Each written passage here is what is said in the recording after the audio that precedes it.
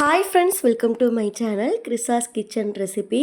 இன்னைக்கு நம்ம பொரியை வச்சு இன்ஸ்டண்ட்டாக பண்ணக்கூடிய பிரேக்ஃபாஸ்ட் ரெசிபி தான் பார்க்க போகிறோம்.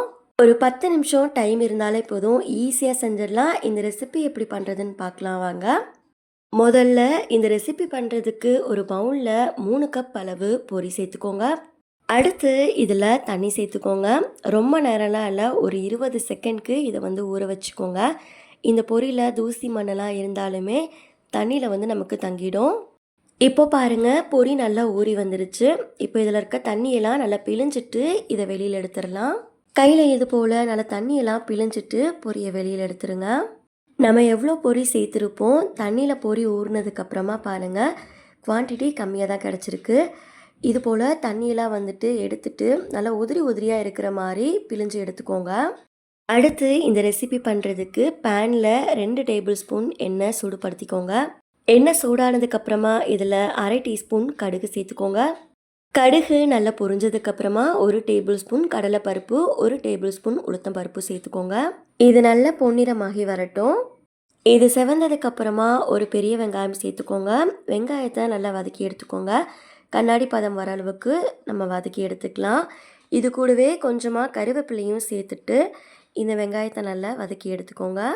இப்போ பாருங்கள், வெங்காயம் நல்லா கண்ணாடி பதம் வர அளவுக்கு வதங்கிருச்சு.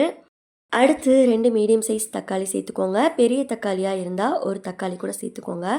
கூடவே கொஞ்சம் உப்பு சேர்த்துட்டு இந்த தக்காளியையும் நல்லா வதக்கி எடுத்துக்கோங்க. அடுப்பை மிதமான தீயில வச்சுட்டு தேவைப்பட்டால் தண்ணி தெளித்து விட்டுக்கோங்க. கருகிடாமல் இதை நல்லா வதக்கி எடுத்துக்கோங்க. இப்போ பாருங்கள், தக்காளியும் நல்லா வதங்கி வந்துருச்சு. நம்ம மசாலா சேர்த்துக்கலாம். 1/2 டீஸ்பூன் மிளகாய்த்தூள் சேர்த்துக்கோங்க. இது கூடவே 1 டேபிள் ஸ்பூன் கடலை மாவு சேர்த்துக்கோங்க. இப்போ இதை ஒன்றா கலந்து எடுத்துக்கோங்க. அடுப்பை லோ ஃப்ளேமில் வச்சுடுங்க. 1 நிமிஷம் போல் இந்த கடலை மாவோட பச்சை வாசனையெல்லாம் போகிற அளவுக்கு வதக்கி எடுத்துக்கோங்க.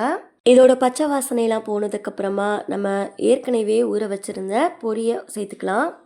அடுப்பு லோ ஃப்ளேம்லேயே இருக்கட்டும். பொரி சேர்த்ததுக்கப்புறமா இதை நல்லா கலந்து எடுத்துக்கோங்க.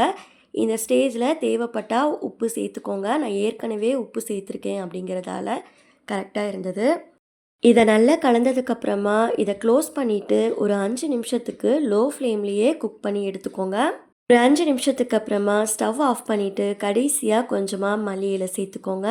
அவ்வளோதான், பொரியை வச்சு ரொம்ப சிம்பிளாக ஈஸியாக ஒரு பிரேக்ஃபாஸ்ட் ரெடி பண்ணியாச்சு. இதை செய்கிறதுக்கு ஒரு 10 நிமிஷமே டைம் அதிகம்தான். ரொம்ப ரொம்ப நல்லாயிருக்கும். வீட்டில் ஒரு டைம் ட்ரை பண்ணி பார்த்துட்டு உங்களுக்கு எப்படி வந்ததுன்னு மறக்காமல் ஃபீட்பேக் ஷேர் பண்ணிக்கோங்க. நெக்ஸ்ட்டு ஒரு ரெசிபி வீடியோவில் பார்க்கலாம். தேங்க்ஸ் ஃபார் வாட்சிங். பபாய்.